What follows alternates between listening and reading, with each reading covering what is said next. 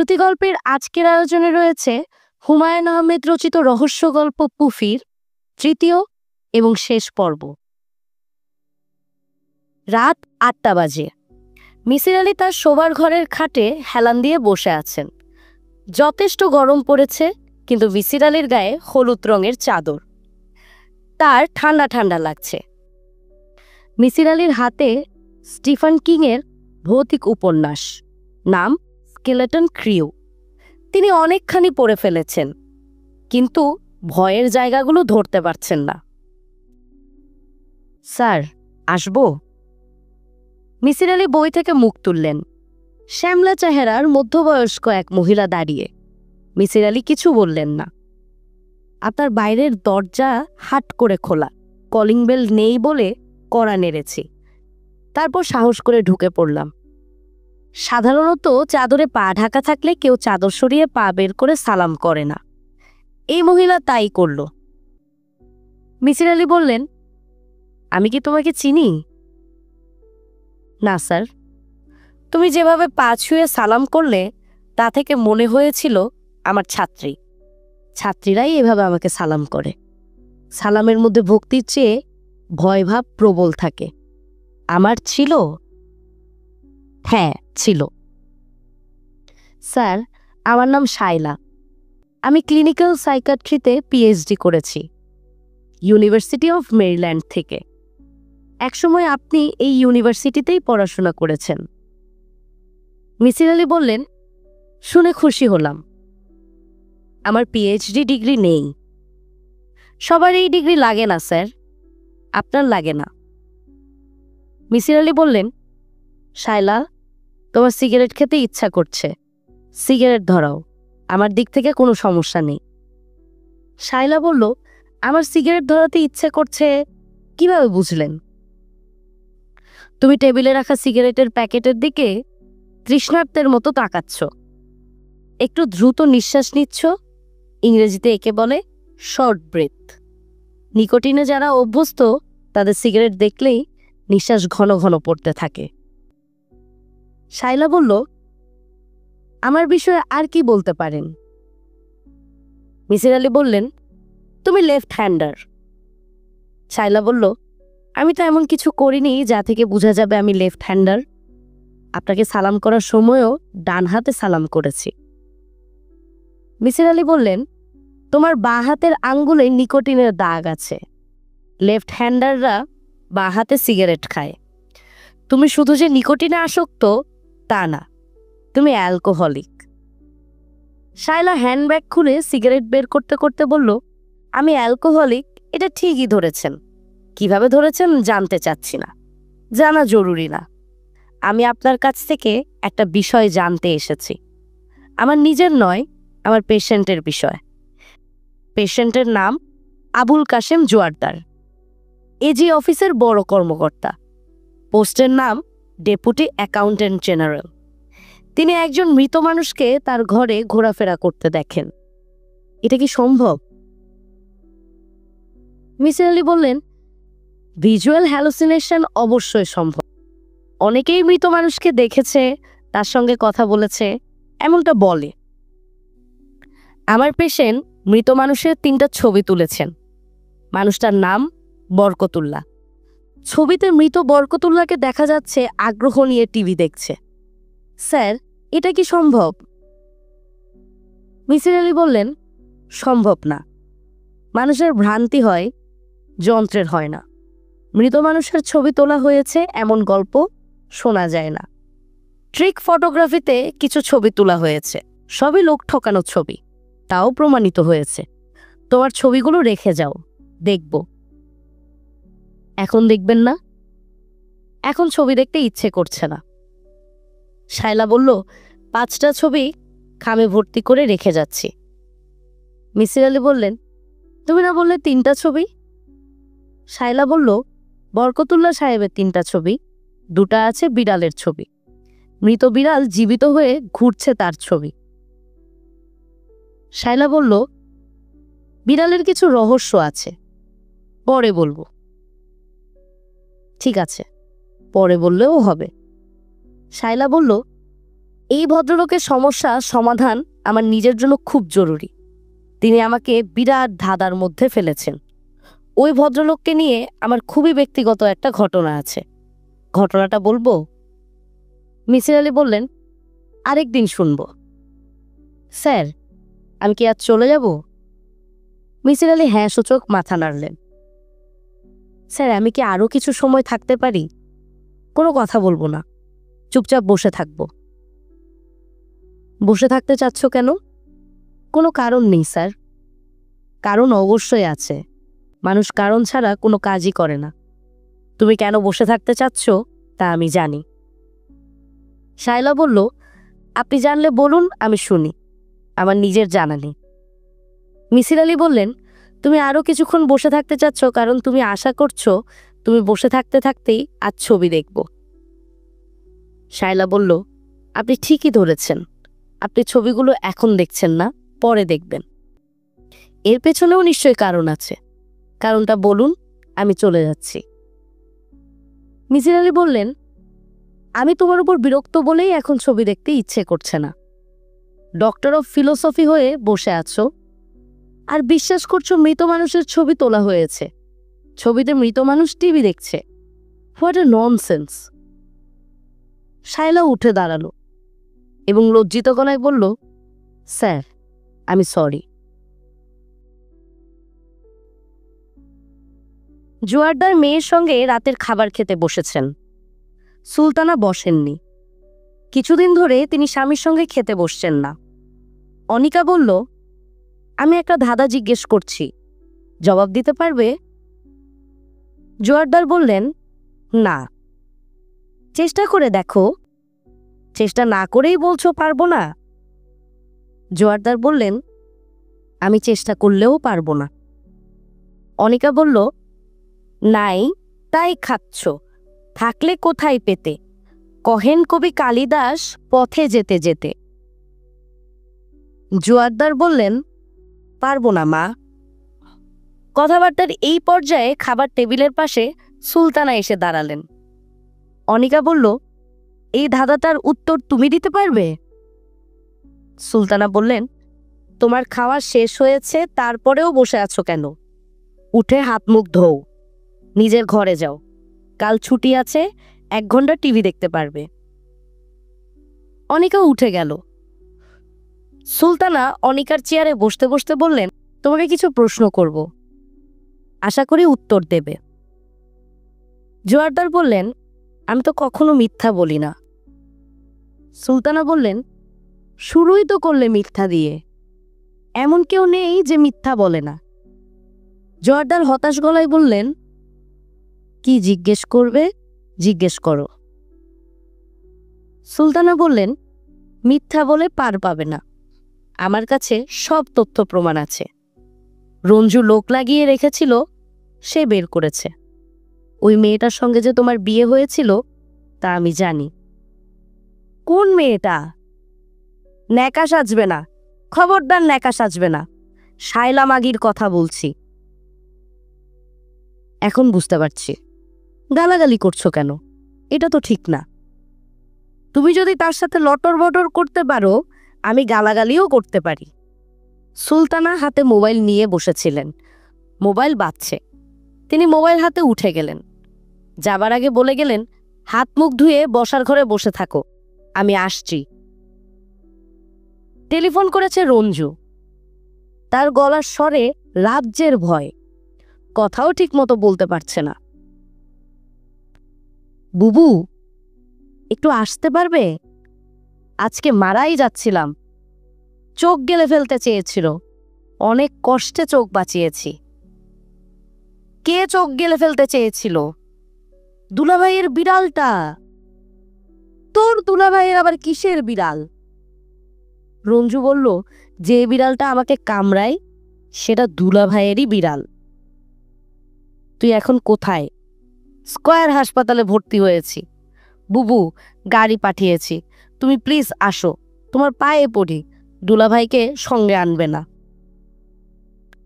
জোয়ারদার অনেকক্ষণ হলো বসার ঘরে বসে আছেন। সুলতানা আসছে না। 11টা বেজে গেছে, এখন ঘুমাতে যাওয়া উচিত। তবে কাল ছুটির দিন, কাজে আজ একটু দেরিতে ঘুমাতে গেলেও ক্ষতি হবে না। টিভি দেখতে দেখতে জোয়ারদার ঘুমিয়ে পড়লেন। রঞ্জু কেবিনে শুয়ে কাতরাচ্ছে। বিড়াল তার শরীরের বিভিন্ন জায়গায় কামড়েছে। সেলাই লেগেছে 9টা। ডাক্তার তাকে সিরেকটিভ ইঞ্জেকশন দিয়েছেন। সুলতানা হাসপাতালে পৌঁছে দেখেন রঞ্জু ঘুমাচ্ছে।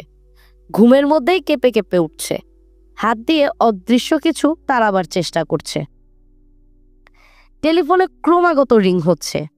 জোয়ারদারের ঘুম ভাঙল রিংয়ের শব্দে।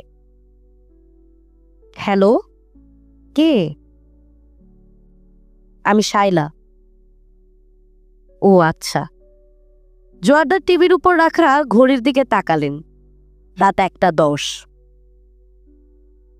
এতবার টেলিফোন করলাম, টেলিফোন ধরছ না। প্রথমে তোমার মোবাইলে করেছি, না পেয়ে শেষে ল্যান্ড ফোনে। জোয়ারদার বললেন, আপনি কি প্রচুর অ্যালকোহল খেয়েছেন? শাইলা বলল, হ্যাঁ খেয়েছি। আমি পুরোপুরি ড্রাঙ্ক। সোজা বাংলায় মাতাল। মাতাল বলেই তুমি তুমি করছি।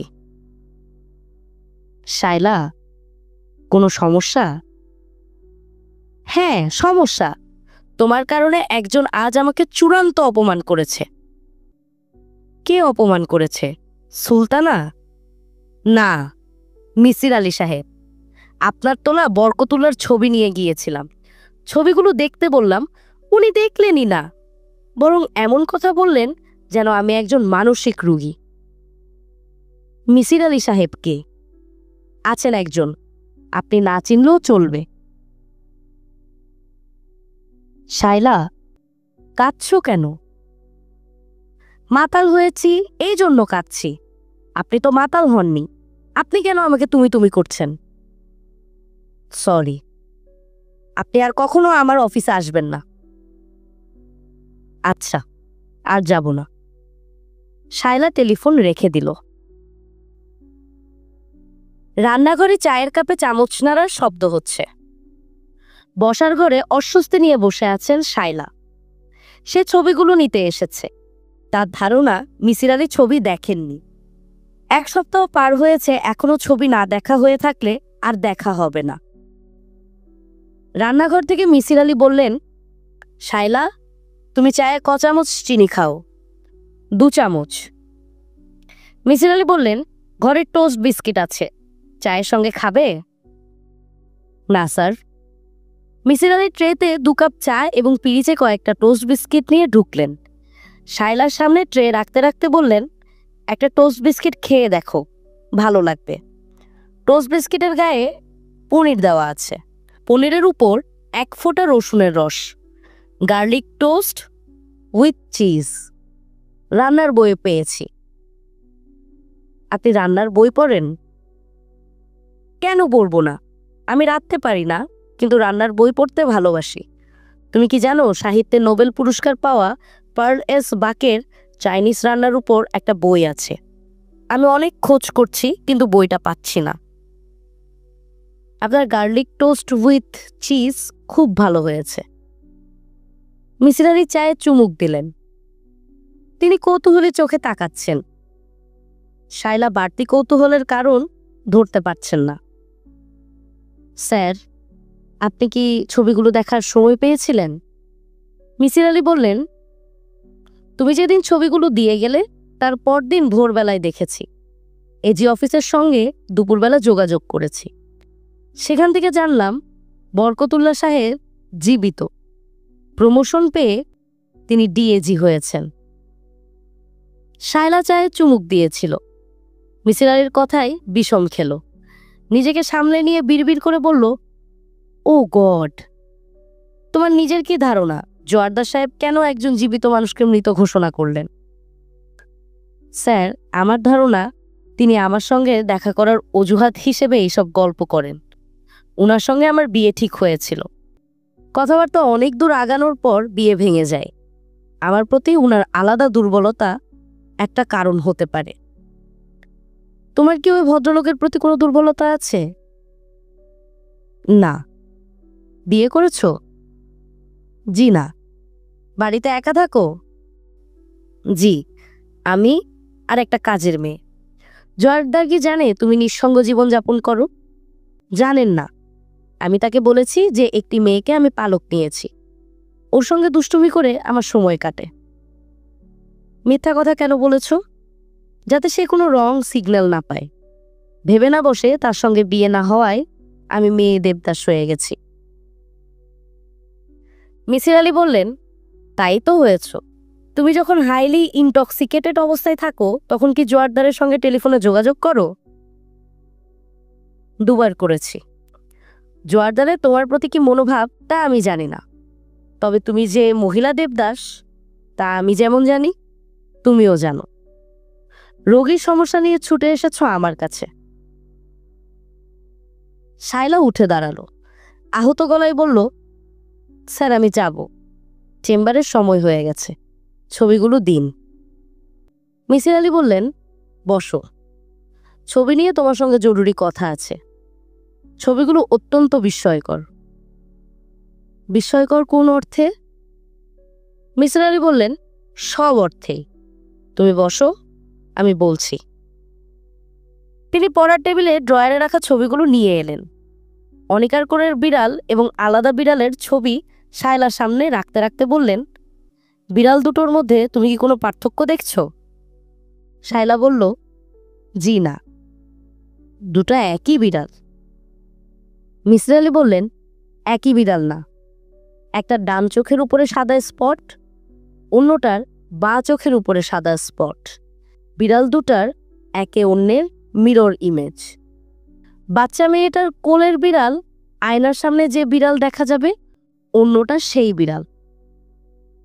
শায়লা বলল, ঠিক বলেছেন, আমার চোখে কেন পড়ল না? তুমি ভালো করে তাকাওনি, এই জন্য চোখে পড়েনি। এখন বরকতুল্লাহ সাহেবের একটা ছবি দেখাচ্ছি, এই দেখো। ছবিটিতে অতি অদ্ভুত একটা বিষয় আছে, সেটা বের করো। শায়লা বলল, স্যার আমি অদ্ভুত কিছুই দেখতে পাচ্ছি না। মিসির আলী বললেন, বরকতুল্লাহ সাহেবের 3টা ছবি আমাকে দিয়ে গেছো। এই একটাতে বরকতুল্লাহ সাহেবের পেছনের দেয়াল খানিকটা ছবিতে এসেছে। দেয়ালে ক্যালেন্ডার ঝুলছে, ক্যালেন্ডারের একটা কোণা ছবিতে এসেছে। ক্যালেন্ডারের কোণায় 2টো তারিখ এসেছে উল্টা। এর অর্থ বরকতুল্লাহ সাহেবের মিরর ইমেজ আছে এই ছবিতে। শায়লা বিস্মিত গলায় বলল, এর মানে কি? মিসির আলী বললেন, আমিও তোমার মতোই ভাবছি, এর মানে কি। শায়লা বলল, আমাকে 2 দিন সময় দিন, আমি ঘটনা বের করে ফেলব। মিসির আলী বললেন, গুড লাক। তার গলার স্বরে তেমন ভরসা নেই। শায়লা এসেছে এজি অফিসে। দুপুর 1টা লাঞ্চ বিরতি। শায়লা খোঁজ নিয়ে জানলো জোয়ারদার আজ অফিসে আসেননি, সিক লিভ নিয়েছেন। বরকতুল্লাহ অফিসে আছেন। সরকারি অফিসে ঢিলাঢোলা ভাব থাকে, হুটহাট করে যে কোনো ঘরে যে কেউ ঢুকে যেতে পারে। বরকতুল্লাহর ঘরের সামনে টুল পেতে বেয়ারারা বসে আছে। তাকে পাশ কাটিয়ে শায়লা ঢুকে পড়ল। বেয়ারা কিছু বলল না, উদাস চোখে তাকিয়ে রইল। বরকতুল্লাহর সামনে হটপটে দুপুরের খাবার, তিনি এখনো খাওয়া শুরু করেননি। শায়লা বলল, আমি অসময়ে চলে এসেছি, তার জন্য লজ্জিত। আমি আপনার 1 মিনিট সময় নিব। বলুন কি ব্যাপার?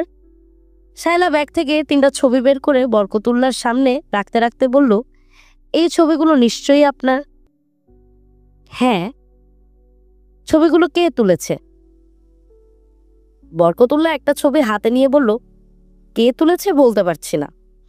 কোথায় তোলা হয়েছে তা বলতে পারবেন? না। আপনি কি আপনার অফিসের কলিগ জোয়ারদার সাহেবের বাসায় কখনো গিয়েছিলেন? না তো। আপনার কাছ থেকে 1 মিনিট সময় নিয়েছিলাম, 1 মিনিটের বেশি হয়ে গেছে, এখন আমি যাই। বরকতুল্লাহ বললেন, আপনি বসুন, আপনার পরিচয় দিন। হুট করে এসে কয়েকটা ছবি দেখিয়ে চলে যাবেন তা তো হবে না। ছবিগুলো কে তুলেছে? শায়লা বলল, আমি একজন ডাক্তার, ক্লিনিক্যাল সাইকিয়াট্রি হলো আমার বিষয়। আমার একজন পেশেন্ট আমাকে এই ছবিগুলো দিয়েছে। আমি বিষয়টা অনুসন্ধান করছি। আপনার কথা তো আমি কিছুই বুঝতে পারছি না। আমি নিজেও এখন কিছুই বুঝতে পারছি না। আমি যাই। শায়লা ঝড়ের বেগে ঘর থেকে বের হলো। তার পেছনে পেছনে বরকতুল্লাহ বের হলেন। বিস্মিত চোখে তাকিয়ে রইলেন। এজি অফিস থেকে জোয়ারদারের বাসার ঠিকানা শায়লা নিয়েছে। ভর দুপুরে জোয়ারদারের বাসায় উপস্থিত হওয়া কোনো কাজের কথা না, কিন্তু শায়লা তাই করল। অনেকক্ষণ বেল টেপার পর জোয়ারদার নিজেই দরজা খুললেন। অবাক হয়ে তাকিয়ে রইলেন শায়লার দিকে। শায়লা বলল, আপনি কি আমাকে চিনেছেন? জোয়ারদার বললেন, চিনব না কেন, তুমি আগের মতোই আছো, শরীর সামান্য ভারী হয়েছে। আমার ঠিকানা কোথায় পেয়েছ? আপনার অফিস থেকে ঠিকানা নিয়েছি। আমি যে এজি অফিসে কাজ করি সেটা জানো কিভাবে? শায়লা বলল, আমার শরীর খারাপ লাগছে, মাথা ঘুরছে। আমি কি আপনার বসার ঘরে কিছুক্ষণ বসতে পারি? অবশ্যই পারো, এসো। আপনার স্ত্রী কিছু মনে করবেন না তো? জোয়ারদার বললেন, শায়লা, আমি তো বিয়েই করিনি, স্ত্রী আসবে কোত্থেকে? শায়লা বিড়বিড় করে বলল, ও আচ্ছা আচ্ছা, আমি এক গ্লাস পানি খাবো। তুমি বসো, আমি পানি আনছি। তোমাকে এরকম বিধ্বস্ত লাগছে কেন? দুপুরে খেয়েছো? না। আমার সঙ্গে দুপুরে খেতে কোনো সমস্যা আছে? না। শায়লা বলল, আপনার মেয়ে অনিকা কোথায়? জোয়ারদার অবাক হয়ে বললেন, তোমাকে একটু আগেই বলেছি আমি বিয়ে করিনি, এখন হঠাৎ মেয়ে প্রসঙ্গ তুললে কেন? আমি একা বাস করি। একাও ঠিক না, আমার একটা পোষা বিড়াল আছে। শায়লা বলল, বিড়ালের নাম কি পুফি? হ্যাঁ, পুফি। বিড়ালের নাম জানলে কিভাবে? শায়লা জবাব দিল না, চোখ মুখ শক্ত করে বসে রইল। জোয়ারদার বললেন, কোনো সমস্যা? শায়লা বলল, হ্যাঁ সমস্যা, বিরাট সমস্যা। আমার মাথাটা দপদপ করছে, মাথায় পানি ঢালতে হবে। আপনার বাথরুমটা কি ব্যবহার করতে পারি? অবশ্যই পারো, এসো বাথরুম দেখিয়ে দিচ্ছি।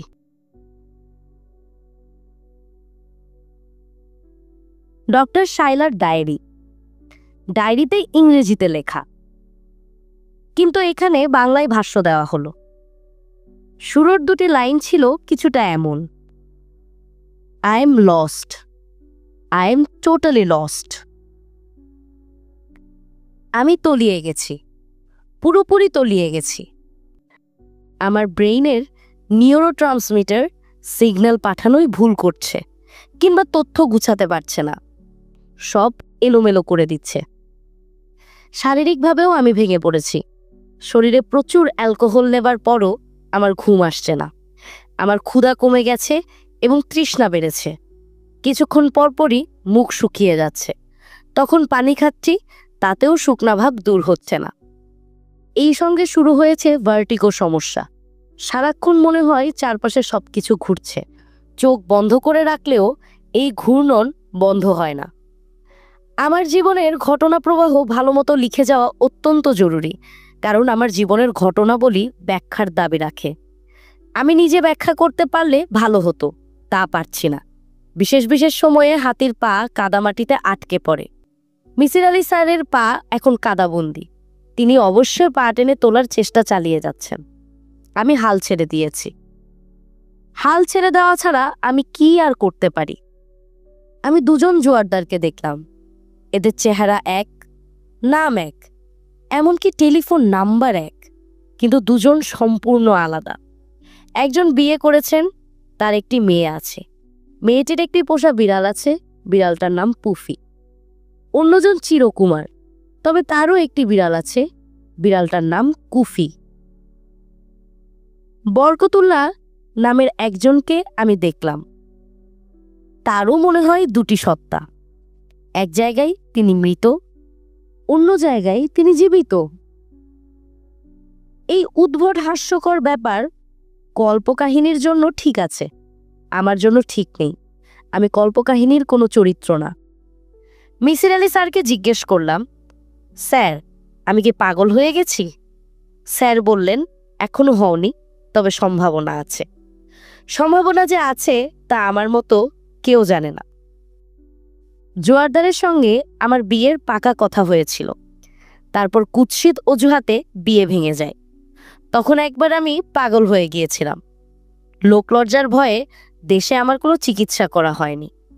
আমাকে ইন্ডিয়ার রাঁচিতে নিয়ে যাওয়া হয়েছিল। কাজেই পাগলামির বীজ আমার মধ্যে আছে। এটা সুপ্ত অবস্থায় থাকে, কখনো কখনো জাগে। আমি আমার ব্রেনের সিটি স্ক্যান করিয়েছি। মস্তিষ্কের কিছু জায়গায় অতিরিক্ত কর্মব্যস্ততা, সুপার অ্যাক্টিভিটি দেখা গেছে। মৃগী রোগীদের মধ্যে এরকম দেখা যায়। আমার কি বিশেষ কোনো ধরনের মৃগী রোগ হয়েছে? যখন রোগের আক্রমণ হয় তখন আমি অন্য জোয়ারদারকে দেখতে পাই। আমি মাঝে মাঝে এজি অফিসে যাই। কখনো কখনো দেখি বরকতুল্লাহ সাহেব বেঁচে আছেন, কখনো দেখি বরকতুল্লাহ সাহেব বেঁচে নেই। দুটি সম্পূর্ণ আলাদা AG office. Misir Ali sir বললেন, তুমি যে এজি অফিসে বরকতুল্লাহ জীবিত সেখান থেকে একটা খবরের কাগজ আনবে, এবং যেখানে বরকতুল্লাহ সাহেব মৃত সেখান থেকে একটা খবরের কাগজ আনবে। আমি তাই করেছি। দেখা গেছে একটা খবরের কাগজ মিরর ইমেজ, পুরোটাও উল্টো করে লেখা। আয়নার সামনে ধরলেই শুধু পড়া যায়। স্যার বললেন, যাওয়া যায়। মনে করো তুমি স্বপ্ন দেখছো। স্বপ্নে তুমি জেগে তোমার মার সঙ্গে গল্প করছো। এখন তোমার দুটি সত্তা হয়ে গেল। একটিতে তুমি ঘুমাচ্ছ, একটিতে তুমি জেগে আছো। আমি বললাম, একজন জোয়ারদার সত্যি আছেন, আরেকজন আমি স্বপ্নে দেখছি, এরকম কি হতে পারে? স্যার বললেন, হতে পারে। চিরকুমার জোয়ারদার হয়তো তোমার ব্রেনের সৃষ্টি। তার প্রতি তীব্র আবেগের কারণে ব্রেন এই খেলাটা খেলাচ্ছে। তবে কিন্তু আছে। কি কিন্তু? মিরর ইমেজগুলো কিন্তু। তুমি খবরের কাগজ মিরর ইমেজ এনেছো, এর অর্থ তুমি স্বপ্নের জগৎ থেকে একটা কাগজ নিয়ে এসেছো। এটা কোনো ক্রমেই সম্ভব না। প্রকৃতি এই ধরনের কিছু ঘটতে দেবে না। আমি বললাম, স্যার আমি কি এই বিষয়টা জোয়ারদারের সঙ্গে আলাপ করব? স্যার বললেন, করতে পারো। দুই জোয়ারদারের সঙ্গেই আলাপ করবে। কে কিভাবে নিচ্ছে তা দেখবে। তোমার সমস্যা সমাধানের জন্য এদের দুজনেরই সাহায্য লাগবে। এর মধ্যে চিরকুমার জোয়ারদার এক রাতে তার সঙ্গে খেতে বলল। সে নিজেই রাঁধবে। একা থাকার কারণে তার রান্নার হাত নাকি খুলেছে। সন্ধ্যা মিলাবার পর পর তার বাসায় গেলাম। বেল টিপতেই বাচ্চা একটা মেয়ে দরজা খুলল, তার হাতে বিড়াল। আমি বললাম, তোমার নাম অনিকা? অনিকা বলল, হ্যাঁ, আর এর নাম পুফি। তোমার বাবা বাসায় নেই? না, মাকে নিয়ে নিউ মার্কেটে কাঁচা বাজারে গেছেন। আমাদের চাল শেষ হয়ে গেছে, এই জন্য আমরা মিনিকেট চাল খাই। আপনি মিনিকেট চাল চেনেন? মিনিকেট চাল কিভাবে বানানো হয় তা কি জানেন? না, মোটা চালকে মেশিনে কেটে চিকন বানানো হয়, একে বলে মিনিকাট। মিনিকাট থেকে এসেছে মিনিকেট। বাহ, তুমি তো অনেক কিছু জানো। কুকুর এবং বিড়ালের মধ্যে তফাৎ জানেন? কিছুটা জানি। তুমি কি জানো তা বলো, শুনি। কুকুরকে যখন খাবার দেওয়া হয় তখন কুকুর ভাবে মানুষ আমাদের দেবতা, এই জন্য মানুষ আমাদেরকে খাওয়াচ্ছে। আর বিড়ালকে যখন খাবার দেওয়া হয় তখন বিড়াল ভাবে আমরা মানুষের দেবতা, এই জন্য মানুষ আমাদের যত্ন করছে। সুন্দর তো? কার কাছে শুনেছ? আমাদের মিসের কাছ থেকে। মিসের নাম শিরিন, আমরা তাকে ডাকি বি শিরিন। বি শিরিন কেন? উনি বাটকু, তো এই জন্য বি শিরিন। বাটকু শিরিন থেকে বি শিরিন। মেয়েটার সঙ্গে কথা বলে আমার হৃদয় হাহাকার পূর্ণ হলো। এই চমৎকার মেয়েটা তো আমারও হতে পারত। অনিকা বলল, আপনি কি বাবার জন্য অপেক্ষা করবেন? আমি বললাম, না, তোমার সঙ্গে কিছুক্ষণ গল্প করে চলে যাব। চা খাবেন? আমি চা বানাতে পারি।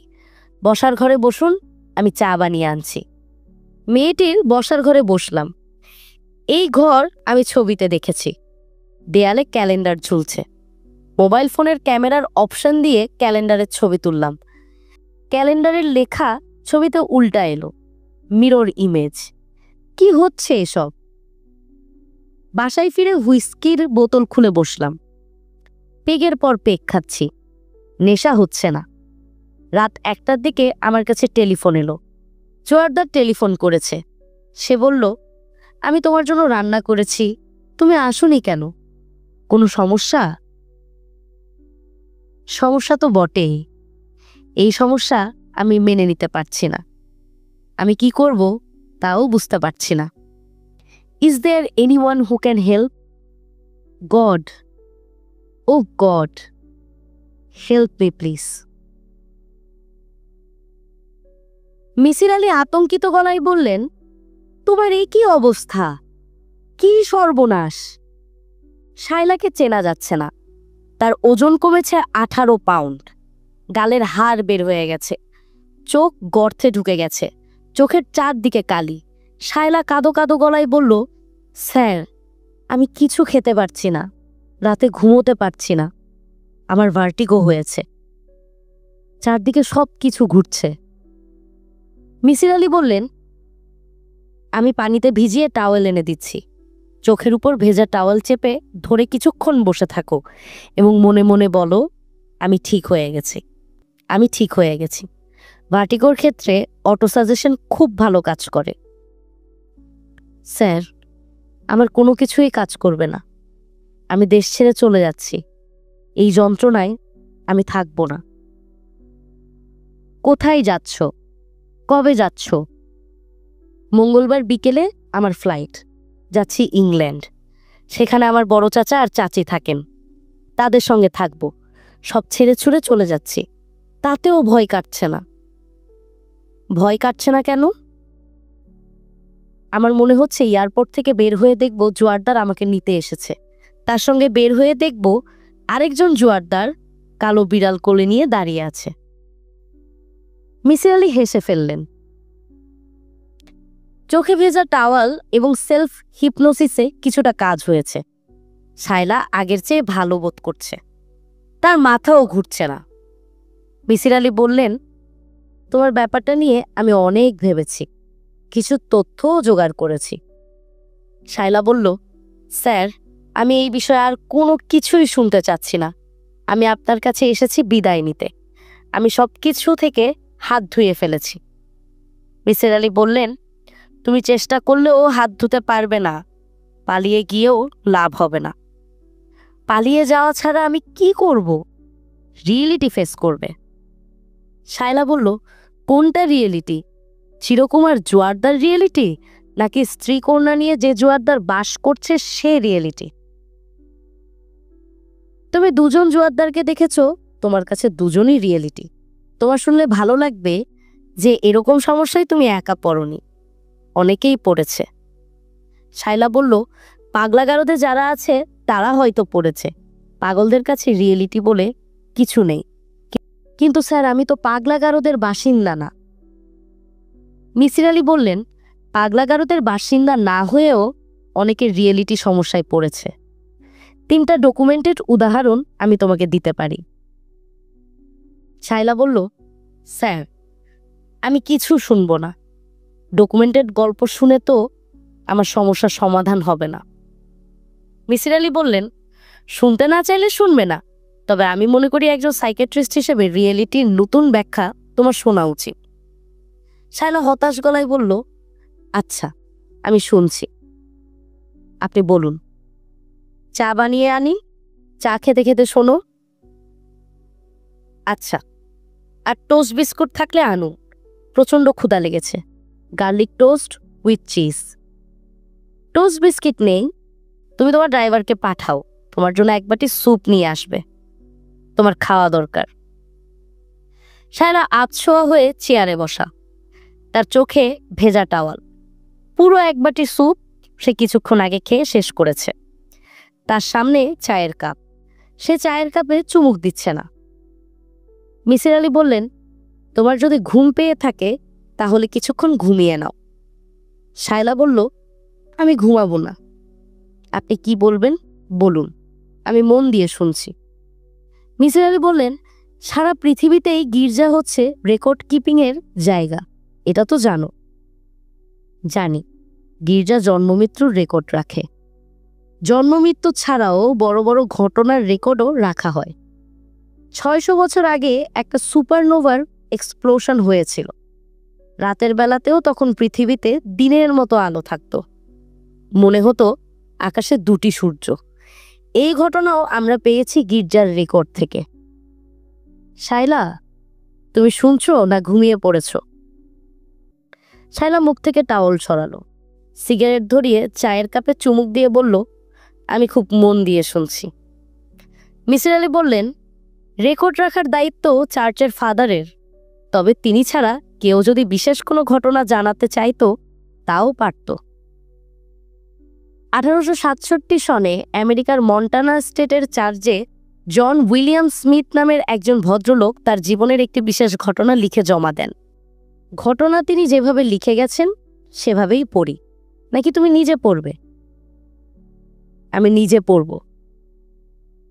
মিসির আলী একটি বই এগিয়ে দিলেন। বইটির মাঝামাঝি জায়গায় পেজ মার্ক দেওয়া আছে। বইটির নাম the Oxford book of the supernatural, লেখক ডিজে এনরাইট। বইটি প্রকাশিত হয়েছে 1902 সনে, প্রকাশক Oxford university press. John William Smith লিখেছেন ইংরেজিতে। তার বাংলা ভাষ্য, আমি জন উইলিয়াম স্মিথ। মন্টানার বনের ভেতর আমার একটা খামার বাড়ি আছে। 300 একর জমি ইজারা নিয়ে আমি এই বাড়িতে বাস করি। আমার সঙ্গী একটা কুকুর। কুকুরটার নাম লং টেইল। তার লেজ অস্বাভাবিক লম্বা বলেই এই নাম। আমি লগ হাউসে একা বাস করি। লগ হাউস হ্রদের কাছে। লগ থেকে ট্রাউট মাছ ধরি। বনের ভেতর শিকারের জন্য প্রচুর প্রাণী আছে। একটা হরিণ মারলে অনেক দিন যায়। আমি একা মানুষ, আমার প্রয়োজন সামান্য। একদিনের কথা, মধ্য দুপুর, বনের ভেতর থেকে মৌচাক ভেঙে লগ হাউসে ফিরছি। আমার সঙ্গে লং টেল নেই। সে খরগোশ তাড়া করতে গিয়ে কাটা বিঁধে ব্যথা পেয়েছে। আমি মধু নিয়ে যাচ্ছি তার ক্ষতস্থানে লাগানোর জন্য। দরজা খুলে বাড়িতে ঢুকে আমি হতভম্ব। 7-8 বছরের এক কিশোরী লং টেইলের গায়ে হেলান দিয়ে শুয়ে আছে। অবিকল কিশোরীর মতো দেখতে এক তরুণী ফায়ার প্লেসের সামনে কাঠ জড়ো করছে। এরা দুজনে আমাকে দেখে অবাক হলো না বা চমকালোও না। মেয়েটি বলল, পাপা, মধু এনেছো? লং টেইলের কাটা জায়গায় আমি মধু দিয়ে দেব। তরুণী বলল, জন, তুমি যখন ডাউনটাউনে যাবে আমাকে নিয়ে যাবে। এলিজাবেথের জন্য ড্রেস কিনতে হবে। আমি হতভম্ব হয়ে দাঁড়িয়ে আছি। মনে হচ্ছে এলিজাবেথ নামের এই কিশোরী আমার মেয়ে আর তরুণী আমার স্ত্রী।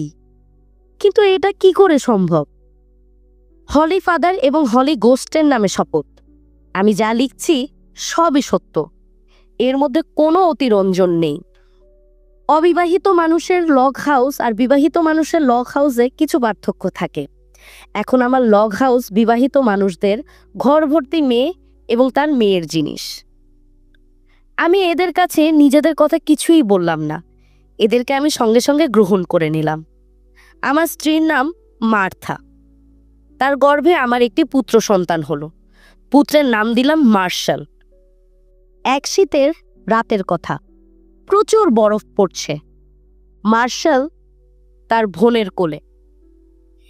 এলিজাবেথ ফায়ার প্লেসে আগুন দিয়েছে। আগুনের পাশে লং টেইল থাবা মেলে বসে আছে। লং টেইল জীবনের শেষ প্রান্তে উপস্থিত। সে মৃত্যুর অপেক্ষায়। আমি বন্দুক নিয়ে বের হচ্ছি। ঘরে মাংস নেই। হরিণ পাওয়া গেলে হরিণের মাংস বরফের ভিতর ঢুকিয়ে রাখতে হবে। শীতের খাদ্য সঞ্চয়। মার্থা বলল, যেভাবে বরফ পড়ছে তুমি যেও না। ফায়ার প্লেসের সামনে মার্শালকে কোলে নিয়ে বসো। এসো আমরা গল্প করি। আমি তার কথা শুনলাম না।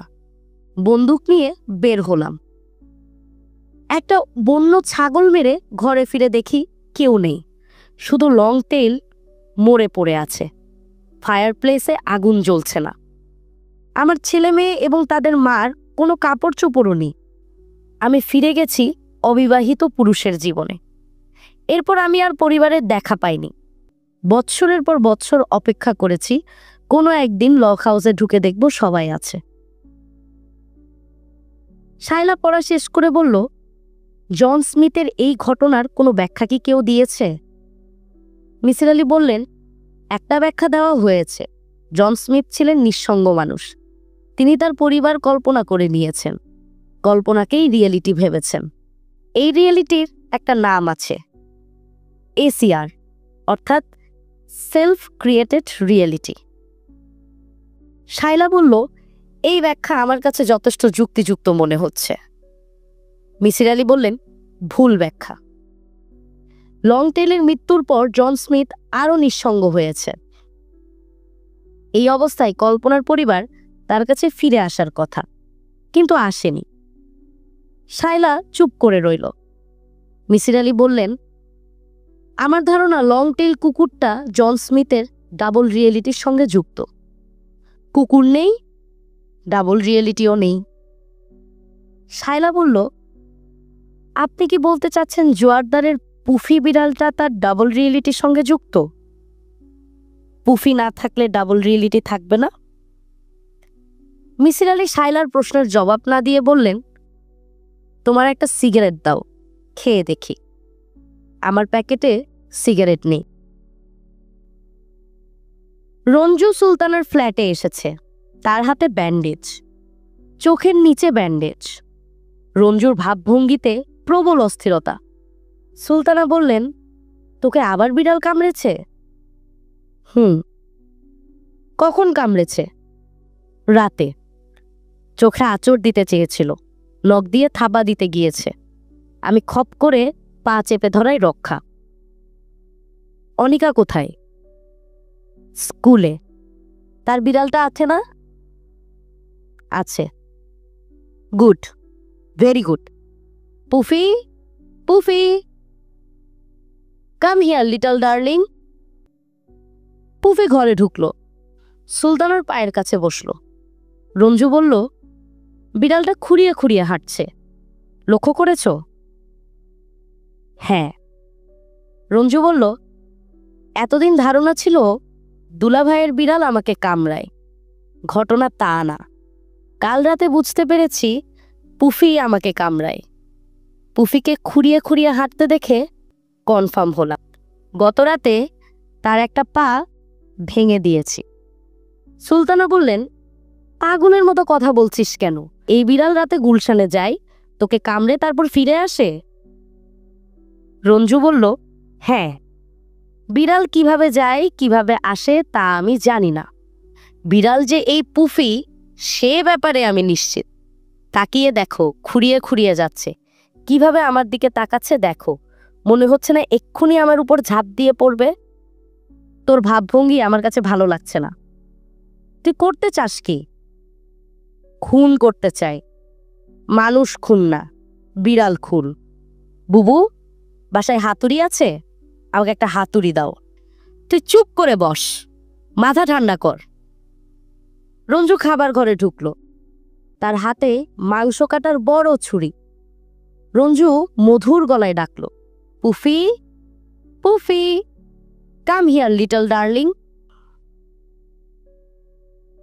সন্ধ্যা থেকে ঢাকা শহরে বৃষ্টি, বৃষ্টির সঙ্গে দমকা হাওয়া। বঙ্গোপসাগরে ডিপ্রেশন হয়েছে। মানুষ তার ডিপ্রেশন অন্যদের মধ্যে ছড়িয়ে দিতে পারে না, সাগর পারে। সাগর তার ডিপ্রেশন স্থলভূমিতে ছড়িয়ে দেয়। নিশ্চয়ই কোথাও বড় ধরনের ঝড় হচ্ছে। ন্যাশনাল গ্রিড ফেল করেছে। ঢাকা শহর অন্ধকারে ডুবে আছে। শায়লা এই ঝড় বৃষ্টির রাতে জোয়ারদারের ফ্ল্যাটের সামনে এসে দাঁড়িয়েছে। সে কাল ইংল্যান্ড চলে যাবে, আজ এসেছে বিদায় নিতে। এখন মনস্থির করতে পারছে না ফ্ল্যাট বাড়িতে ঢুকবে কি ঢুকবে না। কিছুক্ষণ আগেও জেনারেটর চলছিল, এখন জেনারেটর বন্ধ। চারদিকে ঘোর অন্ধকার। শায়লা দরজায় ধাক্কা দিল। মোমবাতি হাতে দরজা খুললেন জোয়ারদার। বিস্মিত গলায় বললেন, আরে তুমি? শাইলা বলল, আসবো? আসবো মানে? অবশ্যই আসবে। ঝড় বৃষ্টির রাতে তোমাকে দেখে এত অবাক হয়েছি, আমার মন ভয়ঙ্কর খারাপ ছিল। এখন মন ভালো হতে শুরু করেছে। মন খারাপ ছিল কেন? আজ অফিস থেকে ফিরে দেখি আমার বিড়ালটা রান্নাঘরে মরে পড়ে আছে। কেউ একজন তাকে মেরে ফেলেছে। মেরে ফেলেছে মানে? একটা ছুরি দিয়ে পেটের নাড়ি ভুড়ি বের করে দিয়েছে। বিড়ালটার পাশে রক্তমাখা ছুরি পড়ে আছে। এই কাজটা কে করেছে? জোয়ারদার বললেন, আমিও তাই ভাবছি। আমি একা মানুষ, কেউ যে ঘরে ঢুকবে সেটাও সম্ভব না। আমি নিজের হাতে ঘরে তালা দিয়ে গিয়েছি, অফিস থেকে ফিরে তালা খুলেছি। বাতাসের ঝাপটায় মোমবাতি নিভে গেছে। জোয়ারদার দেশশালাই খুঁজে পাচ্ছেন না। শায়লা বলল, দেশশালাই পরে খুঁজবেন, আগে আমাকে কোথাও বসার ব্যবস্থা করে দিন। আমার শরীর খারাপ, ভার্টিগো সমস্যা, আমি দাঁড়িয়ে থাকতে পারছি না। জোয়ারদার বললেন, হাত ধরে তোমাকে নিয়ে গেলে কি কোনো সমস্যা হবে? শায়লা বলল, না, সমস্যা হবে না, আপনি আমার হাত ধরুন।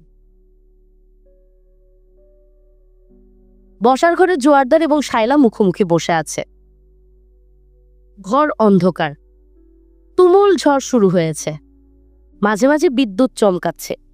বিদ্যুতের আলোয় শায়লার করুণ হতাশ চেহারা মাঝে মাঝে দেখা যাচ্ছে। জোয়ারদার বললেন, তোমার শরীর এত খারাপ করেছো কেন? শায়লা বলল, আপনার বিড়ালটার জন্য। বিড়াল গেছে, এখন সব ঠিক হয়ে যাবে।